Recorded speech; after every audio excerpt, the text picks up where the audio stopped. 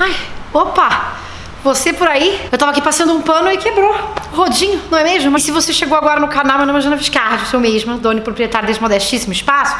E estamos aqui hoje passando pano. Por que estamos passando pano? Porque muitas pessoas têm vindo aos meus vídeos dizer que eu passo pano. E aí eu achei que era importante dizer que realmente eu passo pano na minha própria casa, como você pode observar neste vídeo mesmo. Se eu fosse alguém muito boa de edição, certamente apareceriam todos os comentários das pessoas que disseram que eu passo pano aqui na tela. No caso, você fica só imaginando essa coisa porque não estão aqui esses comentários, mas eles estão aqui na minha cabeça.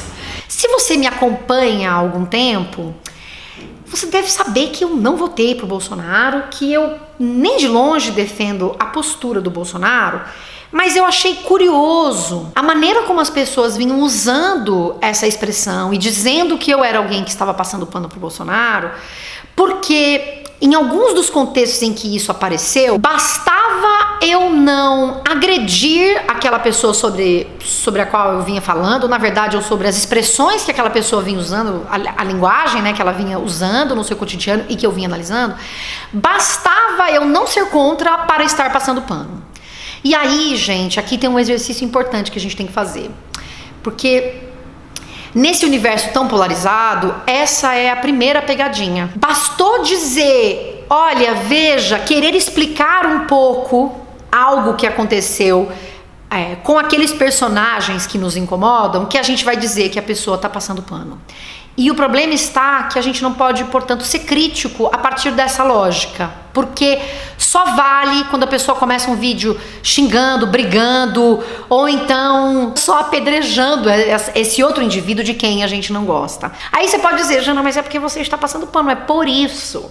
Além deste paninho que eu passei na minha casa, não estou passando pano para essas pessoas. A questão é que quando a gente fala de linguagem, essas mudanças que acontecem na linguagem, elas afetam a todos nós e todos nós podemos reproduzir essa mudança linguística, mesmo que não estejamos conscientes dela.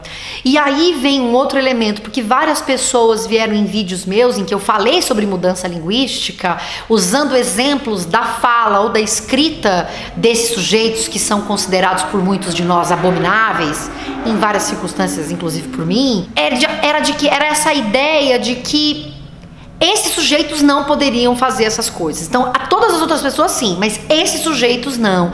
E falar, portanto, dessas mudanças que aparecem na fala desses sujeitos é passar pano para esses sujeitos. Quando, na verdade, é um exercício, para mim, tá? Muito significativo de pensar o quanto a língua ela afeta mesmo a todo mundo, no sentido da mudança. O que vai acontecer de diferente são os preconceitos derivados dessas mudanças.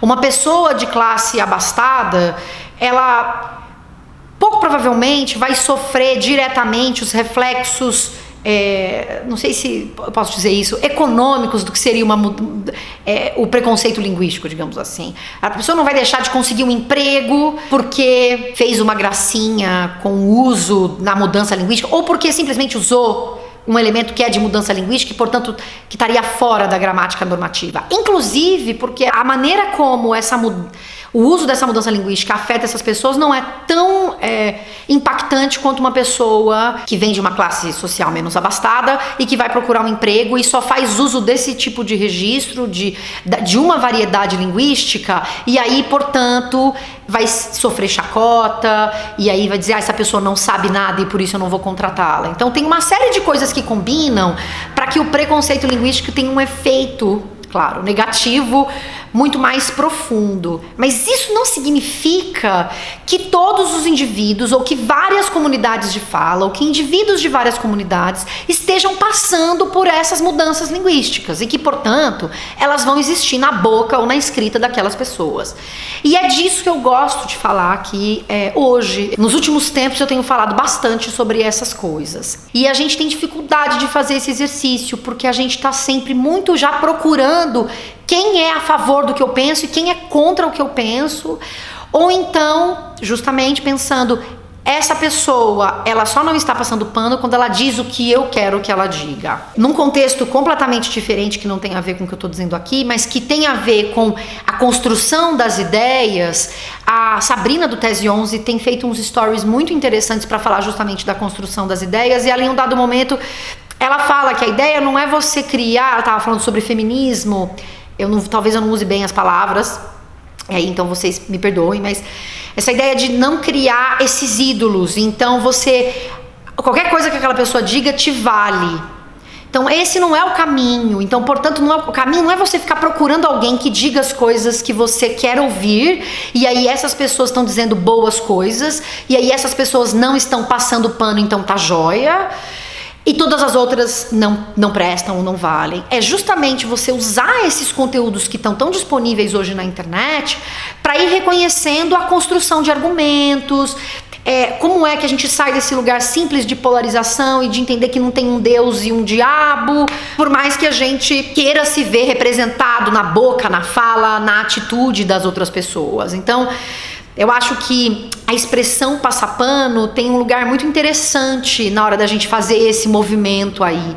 Eu vi que várias das pessoas que disseram que eu estava passando pano estavam muito nessa agonia de falar, não, cadê? Eu quero uma crítica mais ferrenha desse indivíduo.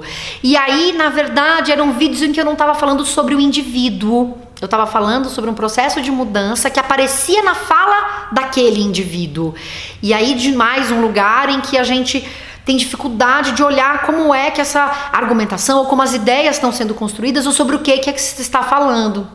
Tanto é em que várias dessas ocasiões tinha pessoas que me diziam assim, mas isso ele não está fazendo, mas ele está fazendo tal coisa. E aí, de novo, é como se você estivesse passando pano se você não estiver falando de todas as coisas, mesmo que o tópico de um vídeo, de um texto ou de uma conversa não seja aquele elemento. Então, minha gente, esse vídeo talvez confuso, para falar sobre essa coisa do passar pano, é mais um exercício para mim e para você da gente tá sempre atento ou procurando justamente construir essas ideias, saindo desse lugar exclusivo do tá contra mim, tá a favor de mim, e pra gente poder pensar um pouco como é que as nossas ideias, elas estão construídas dentro de um contexto, dentro de argumentos que a gente quer construir, sempre pensando na lógica de que eu não sou a dona da verdade, assim como você não é o dono da verdade, ou a dona, ou a done da verdade, e aqui o que a gente está fazendo, na verdade, é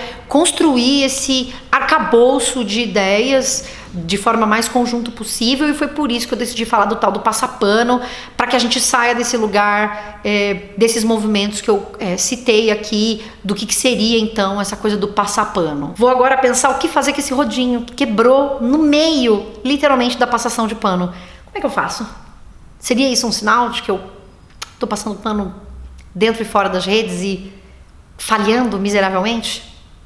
Um beijo para todos vocês. Tchau, tchau.